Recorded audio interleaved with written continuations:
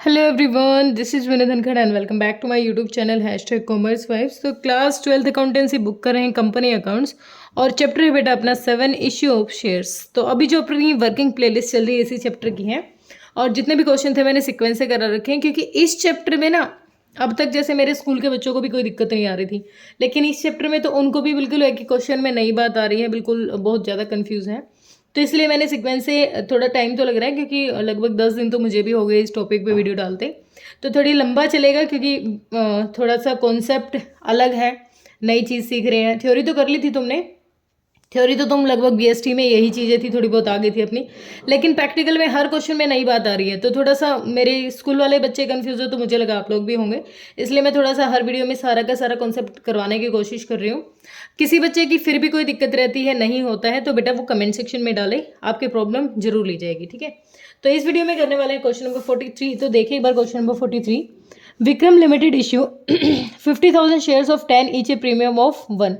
यानी यहाँ पर कह रहा है कि 50,000 शेयर्स है कंपनी के पास, जिसमें कंपनी फेस वैल्यू मंगवा रही है 10 रुपये, प्लस में 1 रुपया मंगवा रही है प्रीमियम का, ठीक है, एक्सेस मंगवा रही है।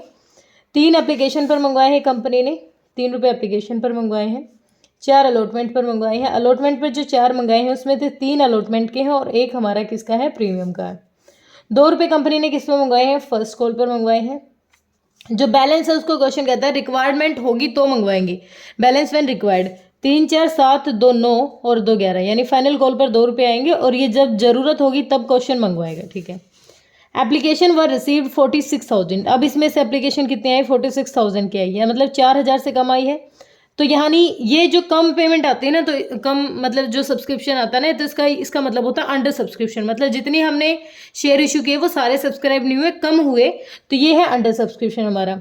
And all these were accepted, सारे के सारे एक्सेप्ट कर लिए हैं। डायरेक्टर ने फाइनल कॉल नहीं मंगवाई, ये नहीं मंगवाई, तो डायरेक्ट ने कितना रुपया मंगवाया है, 4 3 7 2 9, 9 में से 1 प्रीमियम का है, तो क्वेश्चन ने 8 रुपये, डायरेक्टर ने 8 रुपये किसके मंगवाए हैं, हमारा शेयर कैपिटल का अमाउंट, और 1 रुपया प्रीमियम का मंगवाया है। A share holder holding 800 share did not pay the amount due on first call. हमारा जो क्वेश्चन कहता है शेयर होल्डर है जिसके पास 800 शेयर से, उसने फर्स्ट कॉल का अमाउंट नहीं दिया, मतलब जहां 2 रुपये देने थे 800 शेयर्स के, वहां पर ये 1600 का अमाउंट नहीं दिया, ठीक है। The share were forfeited and re issue 7 पर शेयर 8 पर पेड। क्वेश्चन ने दोबारा री इशू कर दिया 800 शेयर्स को। 800 शेयर पे क्वेश्चन को मंगवाने चाहिए थे 8 रुपये, यानी 6400 मंगवाने थे, लेकिन कंपनी ने कितने में इशू किया है, 7 रुपीज़ के, यानी 5600 रुपीज़ कंपनी में आए हैं, ठीक है। यानी डिस्काउंट पे इशू किया है, 1 रुपये का डिस्काउंट दे दिया, क्योंकि ये शेयर पहले यूज हो चुके हैं ना, तो इस अमाउंट को कहाँ यूज कर लेंगे, जो फॉरफिटेड का अमाउंट है वहां से रिकवर कर लेंगे।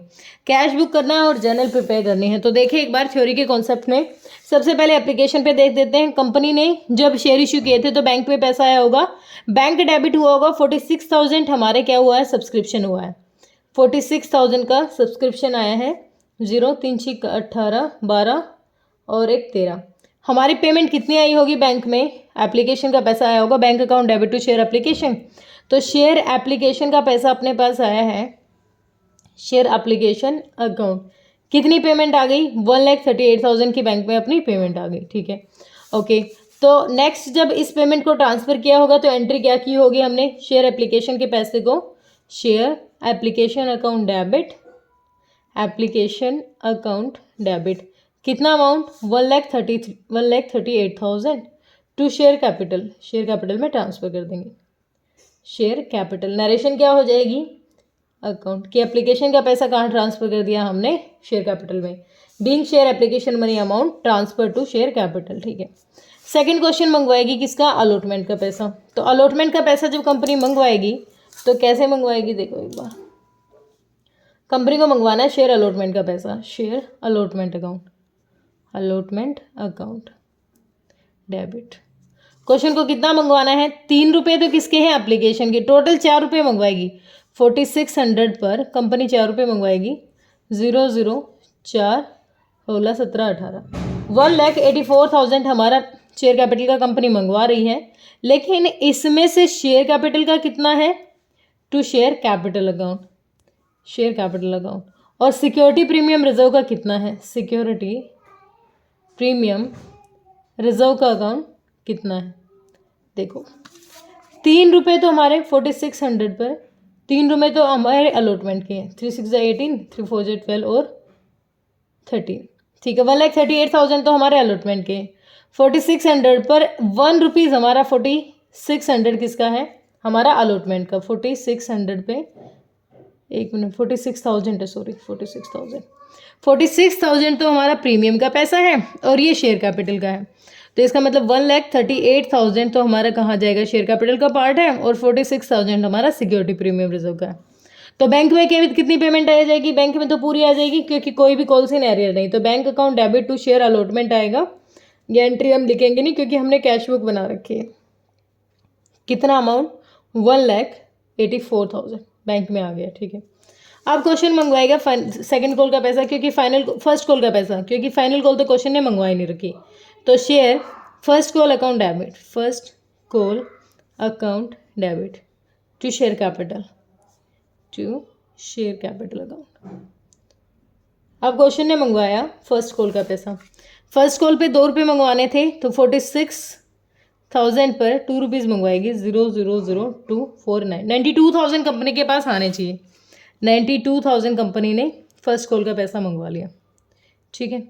लेकिन बैंक में कितना आएगा, बैंक में आएगा भाई, देखो जो हमारी कंपनी कहती है कि फर्स्ट कॉल थी उस पे 800 शेयर्स है ना, उन 800 शेयर्स ने 2 रुपये नहीं दिए, यानी 800 पे 2 नहीं आए, 1600 नहीं आए, 1600 लेस कर दो, 0,004, 1 में से 1 की 0, 90,400 अमाउंट हमारा क्या आ जाएगा, बैंक में आ जाएगा।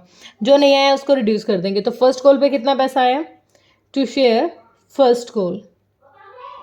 फर्स्ट कॉल पे अपने पास अमाउंट आ गया 90,400 आ जाएगा, ठीक है।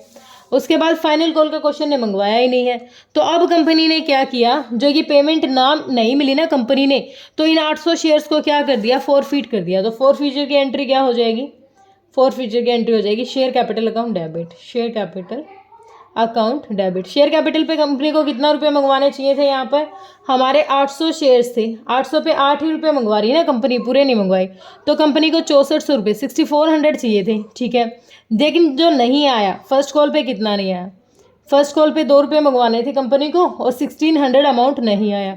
और फिर अगर ये नहीं आया तो इस टोटल अमाउंट में से कंपनी ने फॉरफिट कितना कर दिया, जो अमाउंट कंपनी के पास आ चुका है उसी को फॉरफिट करेगी। तो 1600 लेस करो, 4800 अमाउंट है वो हमारा क्या है, रिसीव हो चुका था और वो कंपनी ने क्या कर लिया, जब्त। फॉरफीचर का मतलब ही क्या होता है कि कंपनी 14 दिन पहले नोटिस देगी कि भाई ये अमाउंट आप बैंक में ये अमाउंट आप है ना इंस्टॉलमेंट का भेज दो। अगर कोई शेयर होल्डर पेमेंट नहीं कर पाता है तो कंपनी क्या कर देगी, उसके शेयर भी कैंसिल कर देगी और जो पेमेंट वो कर चुका है ना उसको अपने पास जब्त करके रख लेगी। अब देखो कैसे पता चलेगा ये पेमेंट कर चुका है, 3 रुपये उसने यहाँ दिए और 3 यहाँ, 6 रुपये वो दे चुका है। 800 शेयर्स पर 6 रुपये कितने शेयर कैपिटल के, यानी 4800 रुपये वो दे चुका है, ठीक है। तो जो कंपनी के पास पैसा आ चुका है कंपनी उसी को तो जब्त कर सकती है, ठीक है। अब कंपनी कहती है इन शेयर्स को कर दिया रीइश्यू, हमारे पास फॉरफीचर का कितना अमाउंट हो गया, 4800।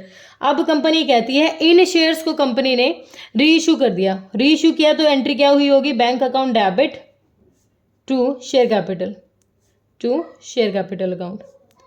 अब कंपनी कहती है कि मंगवाए कितने हैं हमने, 800 पर 7 रुपये मंगवाए हैं यानी 5600, लेकिन आने कितने चाहिए थे, 800 पर 8 रुपये आने चाहिए थे यानी 6400 आना चाहिए था। तो अब जो ये कमी पड़ रही है इसमें से यूज़ कर लेंगे। तो शेयर फॉरफीचर में थे हम यूज़ कर लेंगे, शेयर फॉरफीचर में से हम वो अमाउंट यूज़ कर लेंगे जिसकी अपने पास कमी पड़ रही है। तो कितने की कमी पड़ रही है, 800 की कमी पड़ रही है, तो ये फॉरफीचर। अब अगर हमने 4800 में से 800 रुपये 800 हमने यहाँ यूज़ कर लिए तो 4000 अपने पास क्या बच गया, अमाउंट बच गया। अब भी देखो, अब भी इन शेयर्स पे देखो, जो 800 शेयर्स हैं, 800 शेयर्स हैं, 800 पे जब पहले इशू किए थे ना तो 1600 रुपये कंपनी ने, सॉरी 4800 रुपये 4800 कंपनी ने पहले भी इन पे रख लिए थे अपने पास, ठीक है। जब दोबारा री इशू किए ना तो 56 यहाँ पर भी आ गई, जब री इशू किया इनको, री इशू किया तो 56 यहाँ पर भी आ गया। तो टोटल इनसे पेमेंट कितनी आ गई, 0,0,4, 9 और 1 10, 10,400 आ गई, ठीक है। 10,400 में से कंपनी को मंगवाने कितने थे, 800 शेयर्स पर कंपनी को मंगवाने थे 8 रुपये, यानी 6400 रुपये कंपनी के पास इस शेयर की फेस वैल्यू आनी चाहिए थी। लेकिन कंपनी के पास तो इतना ज़्यादा अमाउंट आ गया, 2 बार अमाउंट आ गया। 6400 लेस कर दो, फेस वैल्यू लेस कर दो 0, 4000 रुपये अब भी कंपनी के पास एक्सेस अमाउंट बचा हुआ है इन शेयर्स का। तो अब इस 4000 को कंपनी कहाँ ट्रांसफर कर देगी, इसको कंपनी डाल देगी शेयर फॉर फ्यूचर में। तो share for future account debit, sorry capital reserve में डाल देगी।